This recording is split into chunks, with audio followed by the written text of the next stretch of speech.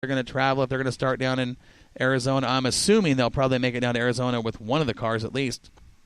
I don't know. I didn't get a chance to talk to those guys, and they don't tell you a whole bunch anyway. But look at Rob May. You didn't see him at all this year because he's traveling to East Coast, Midwest, everything. Started getting some top fives back there. I think he got a fifth at East Alabama Motor Speedway, and he's running with the big boys. I've heard he's clicked off a win or two back there. I mean, if he comes back, and we saw the product of what happens when you take a driver from Willamette Speedway, send them back east for an entire season, then they come back.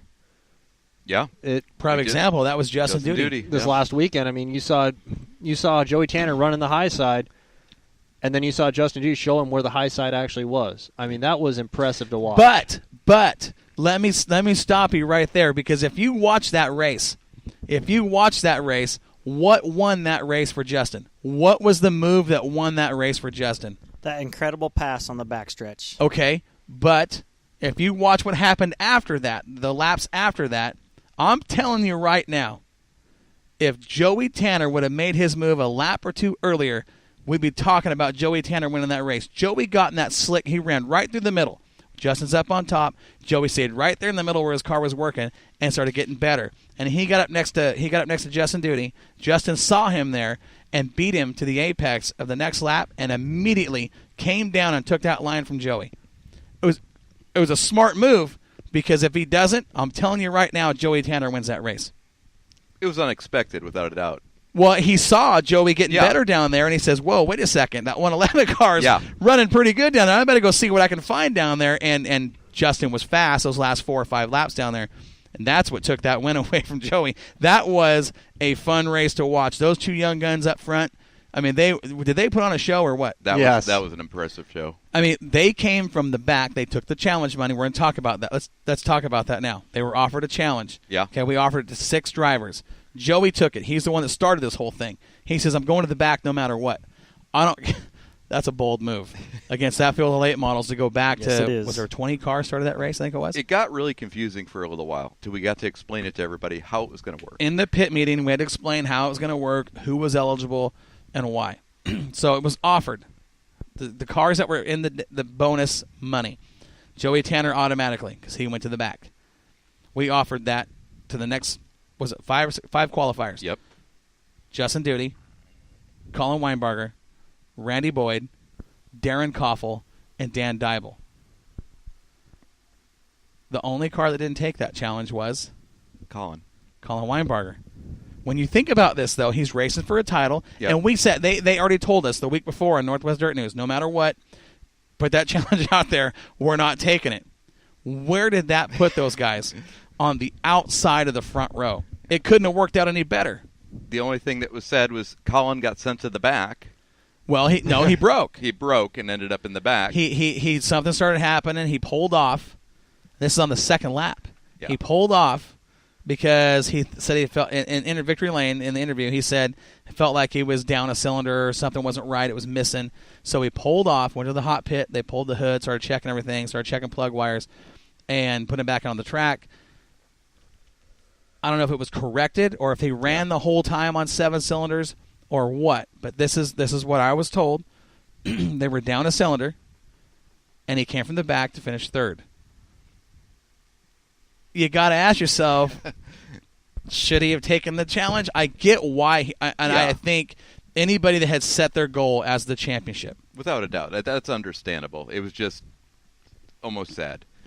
47 wins and 7 championships in the last 3 years for Weinbarger. We know he races for championships. That's what he does. Yeah. Okay. Joey Tanner, who clearly on the week before created a little controversy, and I don't think it was bad controversy. No, he was just getting everybody excited. Oh, he got everybody excited, all right. A little too excited. You talking about building a fire? He built a bonfire. Yeah, he stirred that pot with an oar, not a spoon, with an oar. But to watch that happen, to watch Duty and Dybel and Boyd and Tanner and Koffel, all of those guys until Randy broke had made their way into the top 5 and 6 from the back, and it was an awesome show to watch. Yeah. And then I know Ryan Emery in his class decided to follow suit. And he is the only one. No, Yep. Slover is the Slover only did too, one yeah. that won the Nature Quest bonus money because Lauren Cruzy put up a challenge to every driver in every class. Go to the back and win. $100 bonus money. Slover is the only one that got it. Yep. Yep. It was crazy night. Why is Joel looking at you? It was a crazy night. He's reading something over here. Oh, okay. But so I want to know something. Looking at the A main for the late models, who had the fastest lap?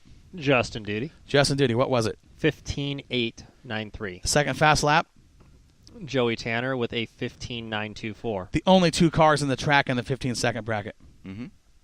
And they came from the back row. Yep, sure did. And man, oh man. Well, even And Colin, watching Colin after he got it fixed, stayed on the lead lap. To watch those guys drive from the back of the pack. Colin finished with a 16.040 as his fast lap. He's only a 10 or 800 Yeah, off of right. On 7 Tanner. cylinders. So on okay. 7 cylinders. So look at this. Oh, Jeremy Shank was another guy that was eligible. Yeah, So Jeremy. listen to this.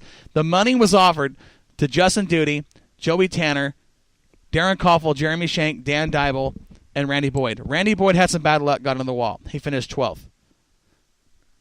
Dybel finished 6th. Shank was 5th. Koffel was 4th. Tanner was 2nd, and Duty was 1st. And it put on a great show for everybody. Oh, it was fantastic. It was the best race of the year. The late model. Yeah. Best late model race of the year. And I think, and Sam, I want your opinion on this. I think a lot of that had to do with the racetrack. The track was pretty awesome. I think For it was the the best year- racetrack of the year. I probably agree with that. It I was a think- little streaky. There were slick spots and tacky spots, but it was very, very racy. It was. That's what I think made that track so good was there was multiple lines, but like you said, it was a driver's track because there was parts of that track where it was slick. But then you come out of that slick and you hit a spot that was hooked up, and there was multiple lines and guys were driving. It was, I mean, you guys were working your tails off. Yeah, it was a pretty awesome track. A little rough down in 1 and 2. That's the one spot where it got a little rough, but all down in toward all, the bottom. But it was But all it- in all, like you say, it was great. it was nearly nothing like it was at the beginning of the year. No, that was no, rough. no, not But at that's all. the thing also you can expect with Willamette Speedway we saw this year is that with the weather and the amount of precipitation that we had in the days Oh, it leading was up to race horrible, day, horrible. you I can don't care. always expect 1 and 2 to be a little on the rough side. Well, you know, that's the thing. Not something we can control. That's the thing. The beginning of the year, everybody was PO'd about track conditions, how rough it was, and how much the track sucked, and it did. That's no one's fault. There was nobody. I don't care how good you are with heavy equipment that was going to make that a good racetrack with all those race cars on it, especially with the G60 tires. That track was so soft. The only person that could have made that track really good was God himself. Yeah. You know what I mean? Yeah, it was pretty much underwater, if I remember right. Oh, We it just was kept raining terrible. all Terrible. I mean, Yeah. we all know I'm hardcore into the dirt racing, not that black hard stuff. Right. I think the only way you could have gotten a good racetrack this spring was to pave it. Yeah. I mean, it was just one of those deals that was. Deal. I'll take that again. Yeah, no kidding. No, hey, credit to Jerry Schramm because he did come out with the water truck multiple times Saturday night to keep that a very racy track. And I for think us. that was a big key, given that it wasn't extremely hot, it wasn't cold. We had some, it wasn't the air wasn't bad. He put some water down, and even right here, people are saying he watered the track late, gave us a great racetrack. It was hands down the best race of the year for the late model class because the track conditions. I think, other than that, like you said, the 1 and 2 got a little rough. It's not going to be perfect, but that track was awesome, and it made a great show for the fans. The 2017 champion, Colin Weinberger, I got to give that kid credit. Coming from the back under circumstances where most drivers probably would have went, well, screw it. Yep. My night's over. Started from the front row, 2 laps in, I break. Now I'm at the back of the pack against the fastest dirt cars on the West Coast, and I got to drive to the front. And he did it. Yep. A top 3 out of that's a win in itself. Yep. I mean, you look at the guys he passed doing that. Determination. Yeah. I mean, when you drive by guys like Shank and Koffel and Dybel and, the rest of the guys that were really fast, that's saying something. That's working your tail off. Didn't he go to the back twice? I know for sure once. I know he went once. I don't know. Maybe he did. I want to say, gosh. I Well, only like you said remember earlier, once Corey. personally, but Not a horsepower track. It's not. And if he was down in the slick, I mean, 7 cylinders in a CT 525, that's essentially electronic traction control, but it's legal. Are you just calling him a cheater? No, I do not call anybody a cheater, but I'll tell you what, 7 cylinders, that's traction control right there with a 525. Anytime you win a lot of races, I don't care what class you're in, I don't care what track you're at or what part of the country you're in, when you win a lot of races, you're going to be called a cheater. You are. We've seen it. Everybody called Russell a cheater. Everybody called Bob Boyd a cheater. Everybody called Bob Jeffrey a cheater with the V6. We've seen all these guys win championships.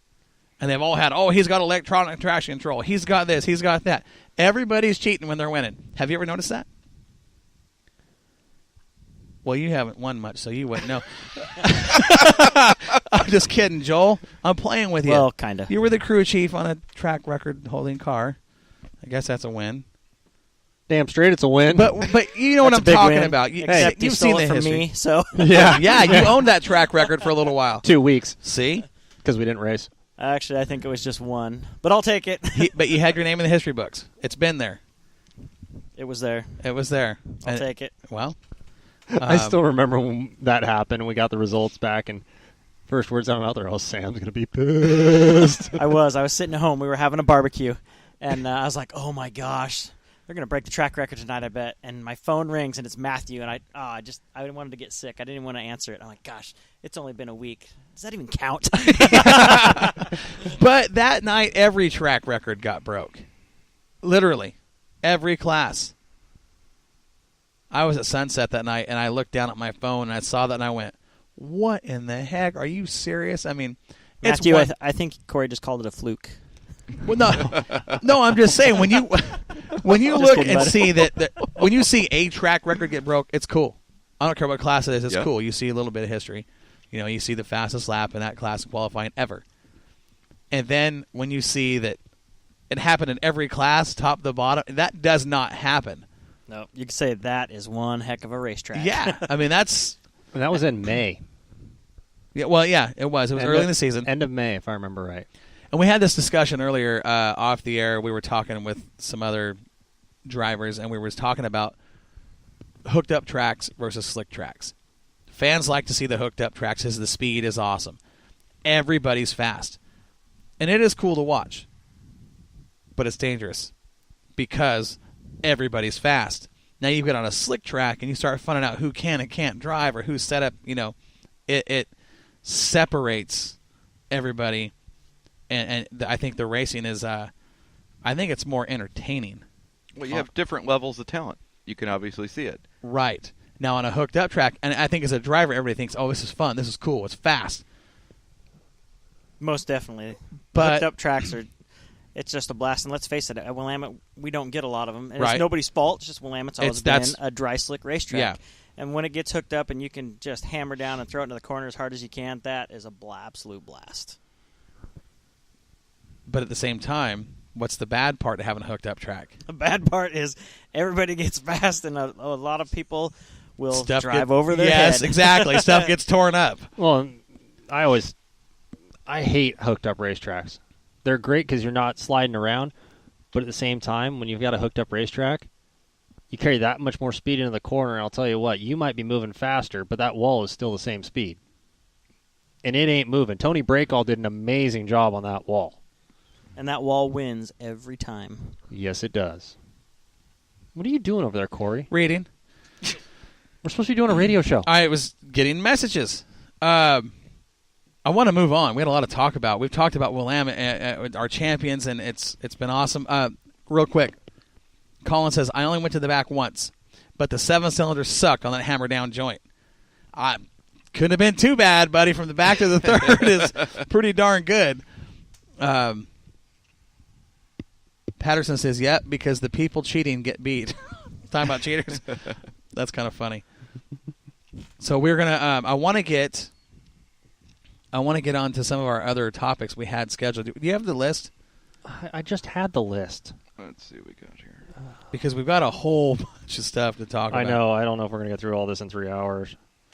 Yeah, it's going to be... Here we go. Boom. All right. We want to thank, from the Back Row Challenge, all the people that contributed to that. I mean, it wasn't just Moxie Medium Promotions. We also had Roger Schneider from Roger That Barbecue Yep. on board. Buzz Mitchell Farms. High Octane Diecast. Yep.